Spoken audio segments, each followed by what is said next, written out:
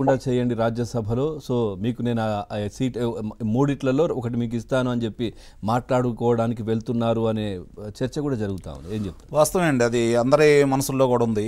ఇప్పుడు భారతీయ జనతా పార్టీ పరిస్థితి ఏంటంటే ఆంధ్ర రాష్ట్రంలో వాళ్ళ శ్రేణులు కావచ్చు, నాయకులు కావచ్చు, వాళ్ళు ఏం కోరుకుంటున్నారంటే జనసేన తెలుగుదేశం పార్టీ ప్రభంజనం బాగా ఉంది, దాంట్లో మనం కూడా ఓ చెయ్యేస్తే మనం కూడా శాసనసభలో ప్రవేశం ఉంటుంది, మనకి ఎట్టా లేదు, కనీసం లోక్సభలో మన రాష్ట్రానికి ప్రాతినిధ్యం దొరికిద్ది అని వాళ్ళు భావిస్తున్నారు. ఇందాక రజనీ గారు చెప్పినట్టు వాళ్ళ భావనే అది, ప్రజల భావన మాత్రం అయితే అట్లా లేదు.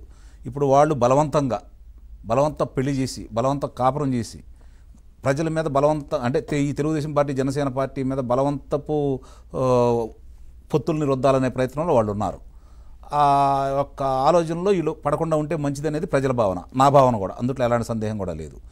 ఏ విధంగా ఏం చేశారని చెప్పని భారతీయ జనతా పార్టీని ప్రజలు ఆమోదిస్తారు. ఈ 4 సంవత్సరాల 8 నెలల ఈ రోజుకి 2 రోజులు పూర్తయింది.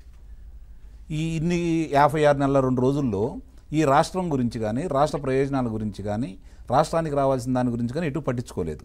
కానీ కేంద్రం అన్న పట్టించుకుందా?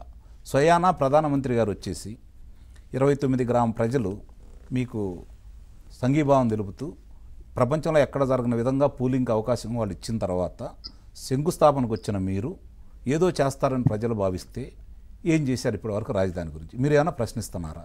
రాజధానిలో కూడా చాలా ప్రాంతాల్లో కొన్ని భూములు కేంద్ర సంస్థలు తీసుకోవడం కూడా జరిగినాయి. వాటి పురోగతిని గురించి ఏమైనా ఆలోచించారా?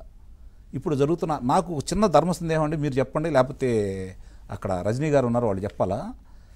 సిఐడి యొక్క పరిధి పెద్దదా లేకపోతే సిబిఐ వాళ్ళ పరిధి పెద్దండి? సిబిఐ ఎట్లా అనుకుంటున్నారు మీరు? ఎట్లా అనుకుంటున్నారు? కేంద్రం ఆధీనంలో ఉంటుంది కదా. ఉంటుందా? మరి ఒక లోక్సభ సభ్యుడిని వాళ్ళు నిర్బంధంలో తీసుకోలేకపోయారు. మరి సిఐడి వాళ్ళు మాజీ ముఖ్యమంత్రి గారు 14 సంవత్సరాలు ముఖ్యమంత్రిగా చేసిన వ్యక్తిని, 15 సంవత్సరాలు ప్రతిపక్ష నేతగా ఉన్నటువంటి వ్యక్తిని వాళ్ళు అదుపులో తీసుకున్నారు. మరి ఎవరు గట్టి వాళ్ళు చెప్పండి. మరి ఇక్కడ రఘురామకృష్ణరాజు గారిని తీసుకున్నారు కదా. అదే కదా నేను చెప్పేది. మరి ఆయన ఇంకా వాళ్ళు చేయాల్సినంత చేశారు కదా. అంటే దీన్ని బట్టి ప్రజలు చాలా స్పష్టంగా అర్థమైపోయింది, కొమ్ము కాస్తుంది. ఈరోజు రాష్ట్రం ఈ పరిస్థితుల్లో ఉండటానికి భారతీయ జనతా పార్టీ కారణం అవుతుంది. ఇక్కడున్న తెలుగుదేశం పార్టీ ప్రతినిధి గారికి చెబుతున్నాను, జనసేన పార్టీ ప్రతినిధి గారికి చెబుతున్నాను, భస్మాసుర హస్తం మీ మీద పెట్టబోతున్నారు. మీరు వాటికి దూరంగా ఉండండి నిస్సందేహంగా.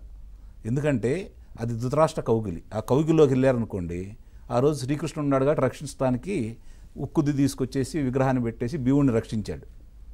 ఈ రోజు పరిస్థితి అంతకంటే ఘోరంగా ఉండబోతుంది. సార్ ఒకటి విశ్లేషించండి సార్. ప్రతి ఒక్కరు కూడా మాకు ఈ ఎన్నికల్లో కేంద్రం సహకారం కావాలని జగన్మోహన్ రెడ్డి అక్కడికి వెళ్ళడం. సో కేంద్ర సహకారం కావాలి, కేంద్ర సహకారం కావాలి. ఎందుకు కావాలి కేంద్ర సహకారం? నిష్పక్షపాతంగా ఎన్నికలు జరగడానికి కేంద్ర సహకారం ఎందుకు? అంటే అండి, ఒక విషయం మర్చిపోయారు చాలా మంది. సార్ మాట్లాడండి. పవన్ కళ్యాణ్ గారిని, చంద్రబాబు గారిని ఢిల్లీ రమ్మని పిలిపి వచ్చింది. ఇప్పుడే ఫ్లాష్ న్యూస్ వస్తాను. Okay right. ఏంటి సందర్భం ఏంటి సార్? ఏమైనా ఉందా?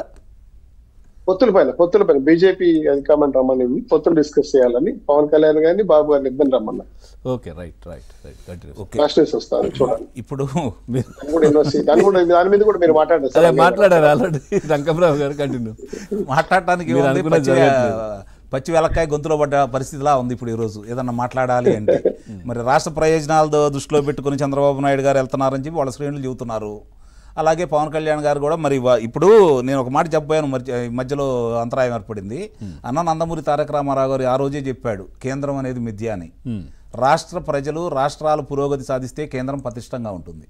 కేంద్రం పటిష్టంగా ఉండి తప్పులు జరిగే రాష్ట్రాలను ఏదైనా సరిదిద్దితే దేశం బాగుంటుంది. మరి ఇప్పుడు ఆంధ్ర రాష్ట్ర పరిస్థితి ఏంటి? కేంద్రం దీని మీద ఏమైనా చర్యలు తీసుకుంటుందా? ఇప్పటివరకు ఏమి లేదు కదా.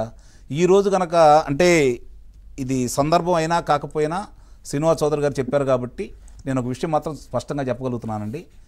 తెలుగుదేశం పార్టీకి అధికారంలో రాకపోతే వచ్చే నష్టం అంటే ఏం లేదు, ఆంధ్ర రాష్ట్ర ప్రజలకు నష్టం. ఈరోజు జగన్మోహన్ రెడ్డి గారికి ముఖ్యమంత్రి పదవి అవసరం, చంద్రబాబు నాయుడు గారు రాష్ట్రానికి అవసరం, రాష్ట్ర ప్రజలకు అవసరం. జగన్మోహన్ రెడ్డి గారికి ఎందుకు అవసరం చెప్తున్నాడు కానీ నేను హ్యాపీగా దిగిపోతా అని. అది ఆయన ఓటమి ఒప్పుకున్నాడు మొన్న తిరుపతిలో. దాంట్లో ఎలాంటి ఆయనకి తెలుసు ప్రజాక్షేత్రంలో. ఇప్పుడు అతను కేంద్రంతో సయోధ్యుండి ఏదన్నా కొంత చేసుకుందామని చెప్పని, వాళ్ళు ఏదైనా సహాయం చేస్తారేమని చెప్పని 2019 ఎన్నికల్లో నిస్సందేహంగా అందరూ సహాయపడ్డారు కాబట్టి ఆయన బయటపడ్డాడు. ఆయనకు అపారమైన మెజార్టీ కూడా ఆ రోజు ప్రజలు ఇవ్వడం కూడా జరిగింది. కానీ ఇక్కడ ఉన్న ఈరోజు ఉన్న పరిస్థితుల్లో చూసుకుంటా ఉంటే వాళ్ళని స్వాగతించడానికి మాత్రం నాకైతే మనసు ఒప్పట్ల నిస్సందేహంగా. సరే, అది వాళ్ళ ఇష్టం, వాళ్ళ పార్టీలకి సంబంధించిన విషయం కాబట్టి వాళ్ళకున్న ఇబ్బందులు, వాళ్ళకున్నటువంటి సాధక బాధలు వాళ్ళకు ఉంటాయి కాబట్టి ఈరోజు ఒక ఆంధ్ర రాష్ట్ర ప్రజల తరపున ఆంధ్ర రాష్ట్రాన్ని అభివృద్ధి కావాలి అంటే, తిరిగి గాడిలో పడాలి అంటే రాష్ట్రానికి ఏమవసరమో చంద్రబాబు నాయుడు గారే ఆయన చూసే పరిశ్రమలు వస్తాయి, అందులో ఎలాంటి సందేహం కూడా లేదు.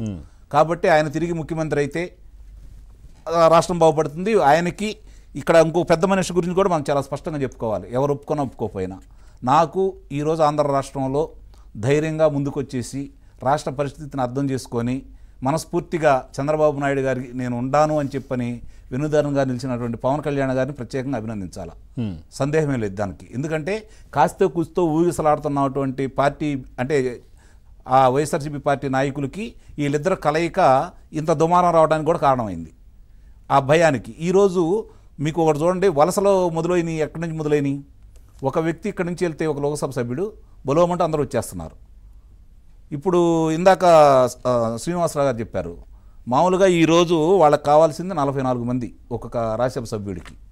ఇప్పుడు రేపు పొద్దున కనుక ఈ 9 మందిని కనుక అంటే ఇప్పుడు ఇటు నుంచి నలుగురు అటు నుంచి నలుగురు గంటా శ్రీనివాసరావు గారిని తీసేశారు కాబట్టి వాళ్ళకి కావాల్సింది ఈరోజు 42 మంది ఒక్కోళ్ళకి.